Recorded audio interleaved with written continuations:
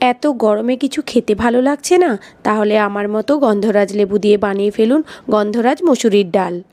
1 cup মসুরের ডালকে ভালো করে 5 থেকে 6 বার ধুয়ে নেওয়ার পর পরিষ্কার জল দিয়ে 30 মিনিট ভিজিয়ে রাখলাম।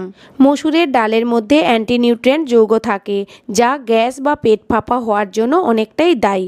তাই মসুরের ডালকে যত বেশি সময় জলে ভিজিয়ে রাখবো, এর অ্যান্টিনিউট্রিয়েন্ট যৌগ জলের সঙ্গে মিশে গিয়ে নিষ্ক্রিয় হয়ে যায়, আর ডালের ভালো গুণগুলো সক্রিয় হয়ে ওঠে এবং ডালের পুষ্টিগুণও বৃদ্ধি পায়।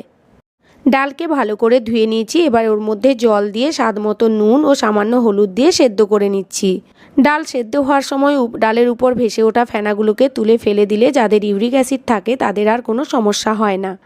একটি গন্ধরাজ লেবুকে কেটে নিয়েছি।